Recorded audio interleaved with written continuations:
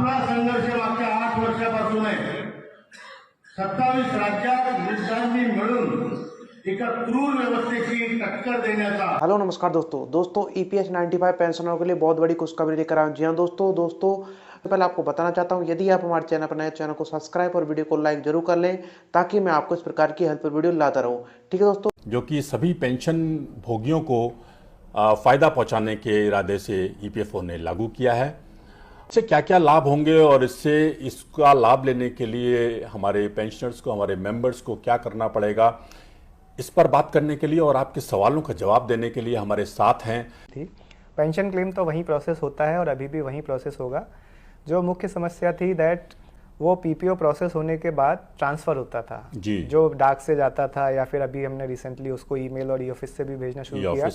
फिर उसकी manual processing होती थी, सिस्टम में पूरा एंट्री होता था और फिर उस नए बैंक और नए ब्रांच में उसका पेंशन पेमेंट शुरू होता था जी। इस नए सिस्टम में यह है कि अब भले ही वो मेरठ में रह के कलकत्ता का अकाउंट हो, चाहे गुजरात का हो, चाहे त्रिवेंद्रम का हो, बट जो भी ऑफिस है, मेरठ ऑफिस है या अगर किसी भी ऑफिस का, वही ऑफिस उस ब्रांच और अकाउंट नंबर को सिस्टम में डाल के PPO इशू कर पाएगा जो कि पेंशनर ने अपने क्लेम फॉर्म में दिया है।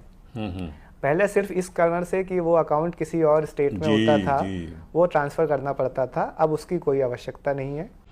इसके अलावा एक और चीज़ है कि पहले हम लोगों का बैंक से एग्रीमेंट था, जो भी रिलेटेड कई डॉक्यूमेंटेशन भी होते थे, जैसे कुछ अंडरटेकिंग वगैरह जमा करना पड़ता था। अब ये सारा सिस्टम हम लोग ऑनलाइन कर देंगे और जो भी अंडरटेकिंग देनी है या जो भी डॉक्यूमेंट जमा करना है उसके लिए किसी को बैंक नहीं जाना होगा, वो पेंशन तुरंत शुरू हो जाएगी। कई बार कुछ ये फॉर्मेलिटीज़ जो होती थी डॉक्यूमेंट्री, उसके कारण भी पेंशन में विलम्ब होता था, लेकिन अब इस सिस्टम में आपका क्लेम आने के बाद आपकी पेंशन तुरंत ही शुरू हो जाएगी। और जो भी डॉक्यूमेंटेशन है हम जल्द ही, ये अभी एक पायलट सिस्टम था हमारा जिसमें धीरे धीरे हम जो भी ज़रूरी सुविधाएं हैं वो ऐड करते जाएंगे। तो जो अंडरटेकिंग देने का प्रावधान था पेंशनर्स को, वो भी हम ऑनलाइन कर देंगे और जल्दी ही सारी ये चीज़ें क्लेम के साथ ही आप ऑनलाइन ही जमा कर पाएंगे। किसी भी चीज़ के लिए आपको बैंक जाने की ज़रूरत नहीं पड़ेगी किसी तरह के वेरिफिकेशन के लिए। और दूसरी ये चीज़ है कि जो पेंशनर्स को इसमें करना क्या है, मैं इस मौके पर ये सबको बताना चाहूँगा कि सबसे पहले तो आपको क्लेम फाइल करने से पहले ये इंश्योर करना है कि आपका ई-नॉमिनेशन ठीक हो, ताकि आपकी फैमिली के पूरे डिटेल्स हमारे सिस्टम में रहें, उनका आधार और हो सके तो उनका बैंक अकाउंट नंबर भी। और जब आप क्लेम दें तो आप उसी अकाउंट में दें जिसमें आप पेंशन लेना चाहते हैं, चाहे वो।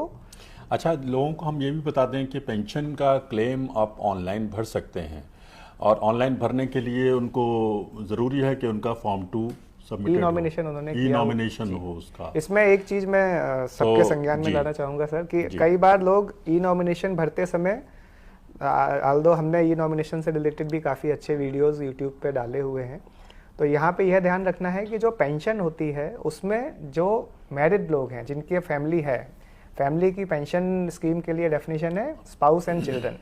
तो जो भी मैरिड लोग हैं जिनकी पति या पत्नी हैं और जिनके बच्चे हैं, उनको अपनी फैमिली डिटेल ई-नॉमिनेशन में फॉर्म में डालनी है। आप देखेंगे ई-नॉमिनेशन में 2 ऑप्शंस होते हैं, एक फैमिली डिटेल्स देने का और एक नॉमिनेशन देने का। जो नॉमिनेशन होता है वो PF स्कीम के लिए होता है, जिसमें आप किसी भी मेंबर को, अपनी फैमिली के मेंबर को नॉमिनी बना सकते हैं, एक से ज़्यादा को भी। लेकिन पेंशन में अगर मैरिड मेंबर है तो नॉमिनेशन की ज़रूरत नहीं होती, सिर्फ फैमिली डिटेल्स देना होता है। वो फैमिली डिटेल्स भी आप ई-नॉमिनेशन वाली सुविधा में ही भर सकते हैं और उसमें जो भी पति पत्नी और बच्चे होते हैं उनकी डिटेल सिस्टम में आ जाती है और PPO में भी रिकॉर्ड हो जाती है। तो कई बार लोग कंफ्यूज हो जाते हैं कि पत्नी और 2 बच्चे हैं तो सिर्फ पत्नी का नाम दे देते हैं या सिर्फ एक बच्चे का नाम दे देते हैं। तो ऐसी चीज़ों से बचें और अपनी पूरी फैमिली का डिटेल, यानी कि पति बहुत पत्नी। इम्पोर्टेंट चीज़ है कि हर सदस्य को अपना पूरा परिवार का विवरण देना चाहिए। ये नहीं सोचना चाहिए कि अभी तो हमको पेंशन मिलेगी केवल, इसलिए हम अपना और पत्नी का ही डिटेल दे दें, बच्चों का भी डिटेल उनको देना चाहिए। और इसमें कई बार लोगों को ये भी लगता है कि सिर्फ 18 साल तक के बच्चों को ही मिलती है पेंशन, ऐसा नहीं है। हमारी पेंशन स्कीम में